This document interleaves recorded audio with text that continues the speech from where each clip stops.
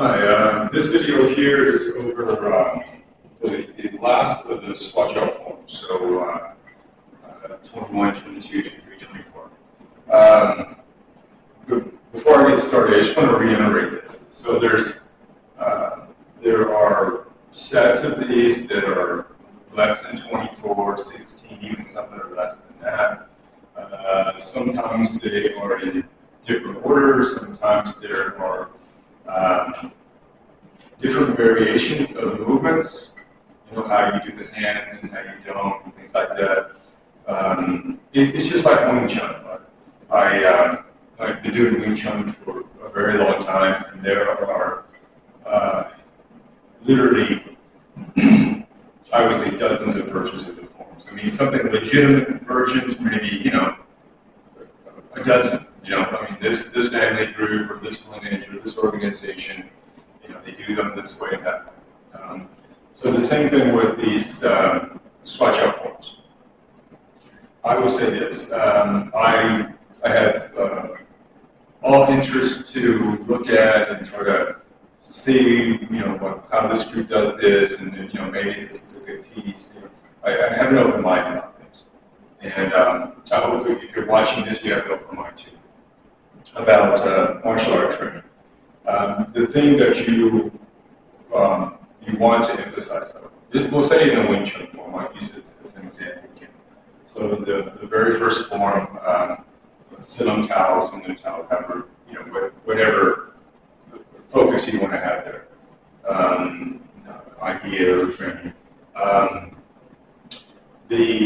Sometimes the form will have a lot more moves, sometimes a lot less, sometimes the emphasis is placed more on force or power or softness, those things. So the same thing with these. So, but what you really want to focus on is, do they have right body mechanics? The structure of the body, the posture, are they trying to generate force or power, using the momentum of the body, all of those things. Those are the value structures that you want to look for. I think that some of the different versions of these forms, some of them are very unique, and I like what they're trying to emphasize.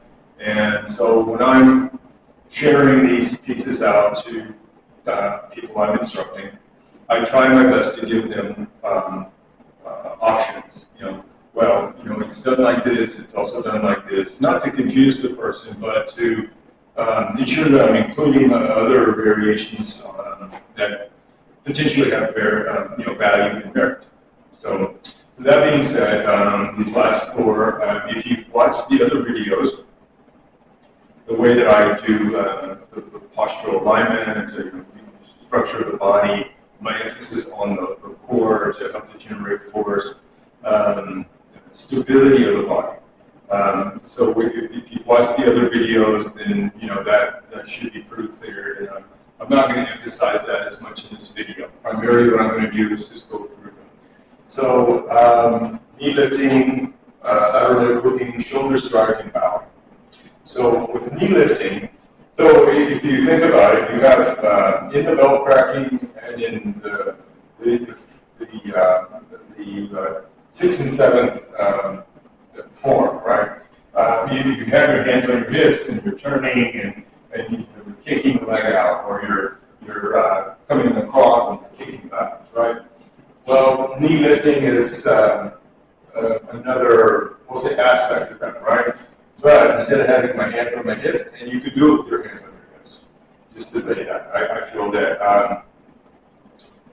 having the hands on the hips helps me to find my central axis, my equilibrium. Okay, instead of using my hands for balance. But the way it was shared with me is coming across like this. So again, if I start with my hands here or here, again, variation on the thing. Just try to be consistent through the pieces. That's the important thing. So from here, my hand comes up, and I can do this from a bow or a marching stance. Me personally, I kind of for the marching stance. And then I'm going to lift the knee and pull or draw this hand back in this way, right? And I can come past my the front of my hip. And I want to look down at my foot, just like when I'm doing the forward kicking, right? So I do it from this side, it's here, and then pull this down so you connect to your core, right? So lift up, and I'm going to look down my heel, right? So I know that I've turned me all the way, and I want to keep this close to me, and I want to pull my foot up like this. So I know that I'm really engaging it. So if you think, so the throw forward kicking, right, I have his arm and I have his shoulder, I'll coat his jacket or something. And I sweep the guy up, right? But maybe he has really good flexibility, or he's taller and he has really, he has the flexibility and he has good stability. So you would potentially like hop in, right, so that your hip is attached to his, and you pull and push against him. So that's like forward kicking, sticking, but it's the same action, lifting the knee. Now there's also knee lifting. So I would drive what I like to do is take the knee and drive it into the person's thigh to stimulate them, to move the leg or to take the weight off of it. And then I will scoop their leg up, their thigh up. And I'm trying to use this portion of my leg when I do it. So if you think of it, it's like it can become like a combination, again, forward kicking and sticking, or you can just do the knee lifting onto itself.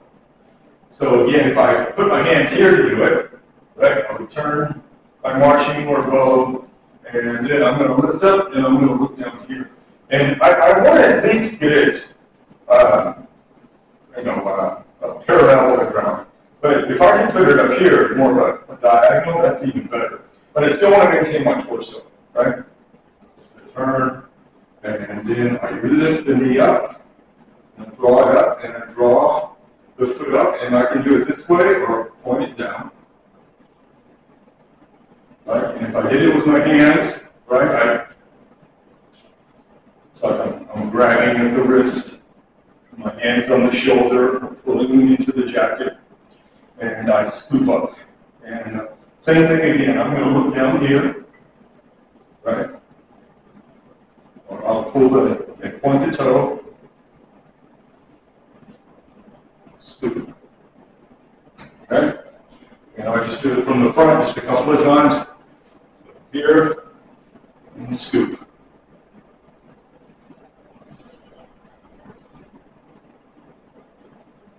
Okay, so knee lifting. The next one, outer leg cooking. Other people do a different movement here in this spot, but I feel outer leg cooking should be emphasized just because it's that hooking action. I can do it inside, outside, the balance portion of it. And you'll see it also in the Taobao. You'll see it this way, right? This way, again, variations. Other styles or systems use the same fundamental movement, right? You'll see it in different versions of Tai Chi, right? Even in Wu style, you'll see it look more like this, more like our Taobao. So in this one, we're going to do the hands like we kind of did in the knee lifting, right? So whether the hands are here or on my hip, and I'm going to come through as I step out. Right? So through this kind of action, right? This. So very similar to what I'm doing with with diagonal striking, right? The same kind of fundamental action. And this leg is going to hook. So I'm going to pull and hook. Pull and hook, right? So look, I can do it upright like this, or I can lean into it like I would with the actual action, right? If I was going to do the throw, like, so I kind of cut across the person like this, right?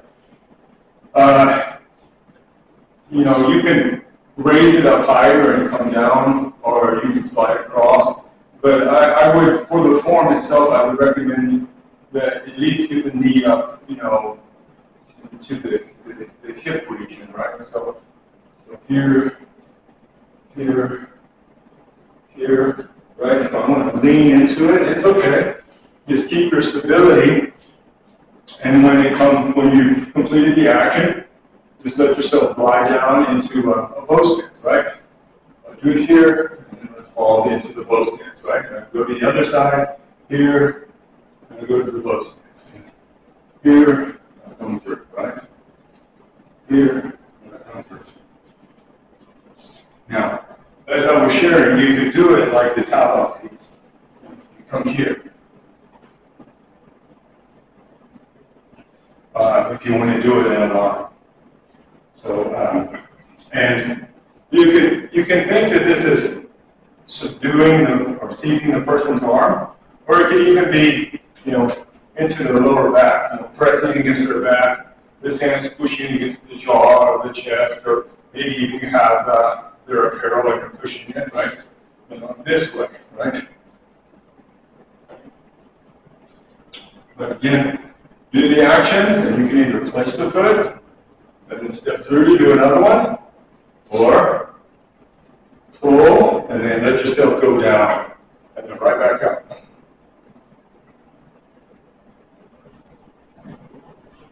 Okay? And the next one is shoulder strike. A lot of names to this. Diagonal flying, shoulder strike, oblique flying. In the Tai Chi stuff, you'll see part of the wild horse's mane, right, or oblique flying. Fundamentally, it's all the same action. There is some variance on the width of it and what the objective is. There's also utilizing the leg to help you to facilitate the move, or different ways in which to do the hands. It's actually a very functional movement for Shuai Chiao. Master David Lin was, well, I feel he like really mastered that movement. I mean, he could do the movement and explode and push this leg behind your legs and like this way, and then just, you know, drive the person down. It's very, very good at that movement, and you know, very effective. And that's what you want to do with Shuai Chiao. You know, you want to. It's great to understand the whole of the throws, but you want to have that 2 to 3 movements that that you just train and drill, and you do the apparatus for them. You learn the belt cracking, or the forms, or the towel belt that's going to help you with that. You're going to maximize your ability to execute that move. And I feel that's what Master David did with shoulder strike or oblique flying. I mean, he's just super good at that move. And it's a great move to choose to be good at.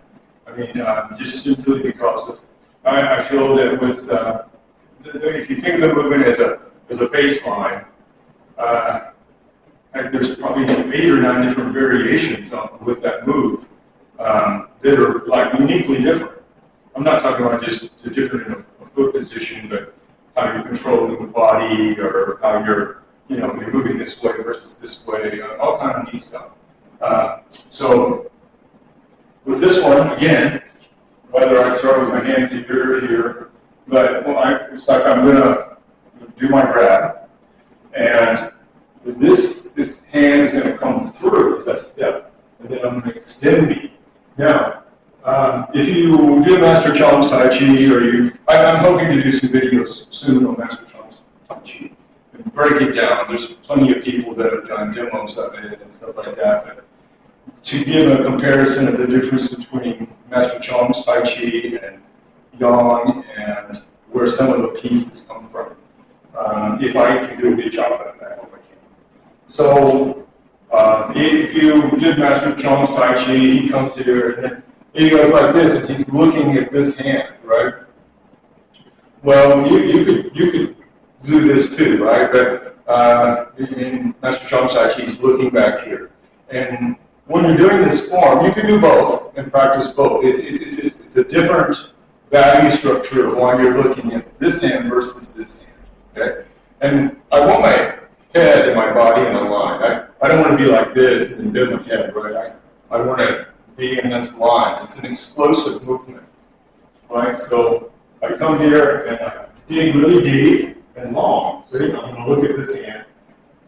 So if it was like more like Parts Wild Horses made, it would be more, I would be more like this, right? But you can practice this move nonetheless the same way. So you dig underneath and come through like this, right? I'm going to look at this hand. And I take the weight off, step through, and I dig and I look at this hand.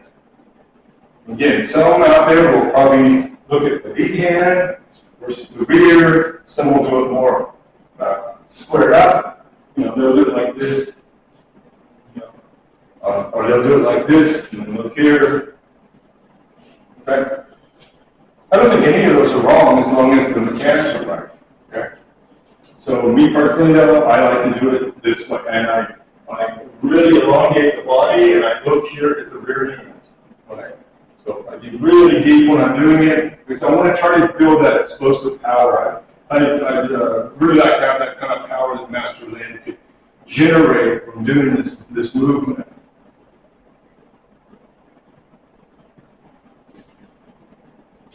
So again, shoulder strike, diagonal flying, oblique flying, Parts Wild Horses mane.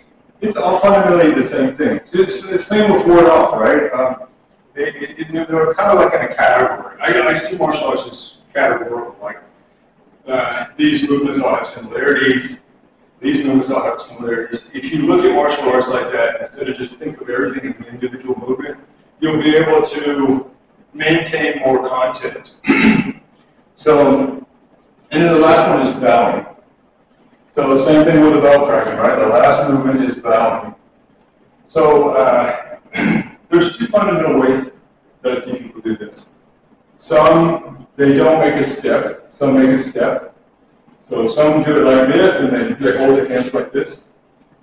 You know, or some variant on this, right? And then they squat, and they come through, right? And they come back, and they come through. Nothing wrong with that at all. I mean, the emphasis is placed on the action, right? The hip power, driving force from the foot through the body, you know, using the hip to send it over. It can also be done like this, right? Here, here.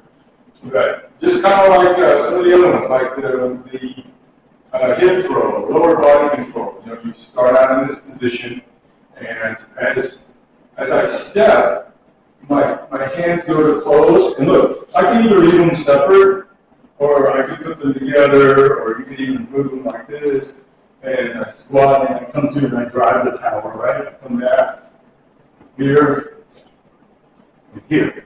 But just like in the bell cracking exercises, I emphasize the elbow, right? Meaning, if I do it like this, you know, I don't have anything in my hands, right? But with the belt, I do, so I can see or not if I'm generating this force I need to even to flip this belt over.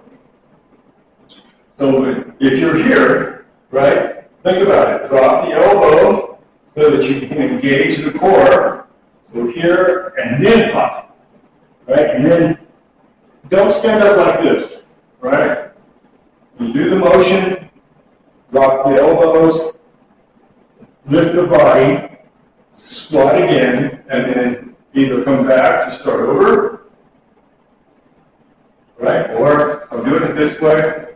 1, 2, here, back, and then out.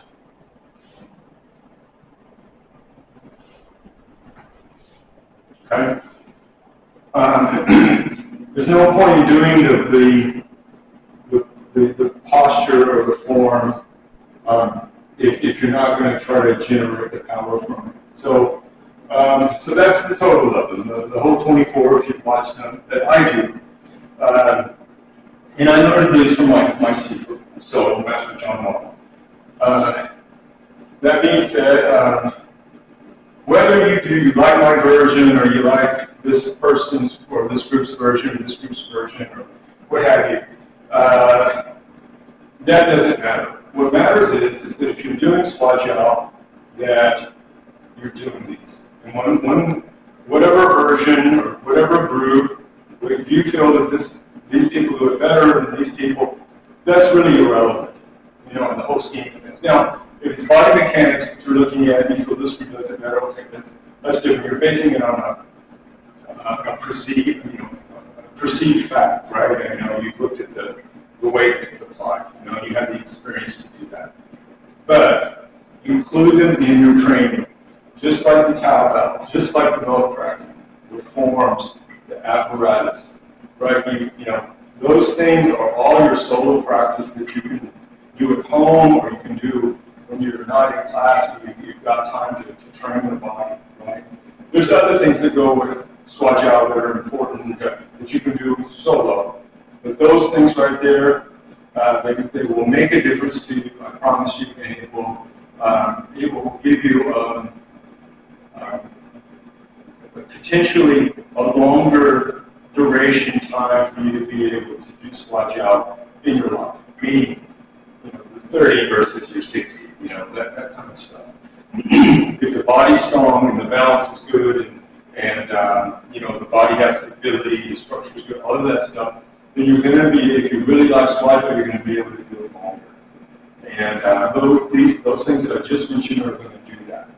So anyway, if you have any questions about them, or if I can help you in any way with them, please send me an email. I'd be more than happy to help if it's something like that. Thank you for watching the video.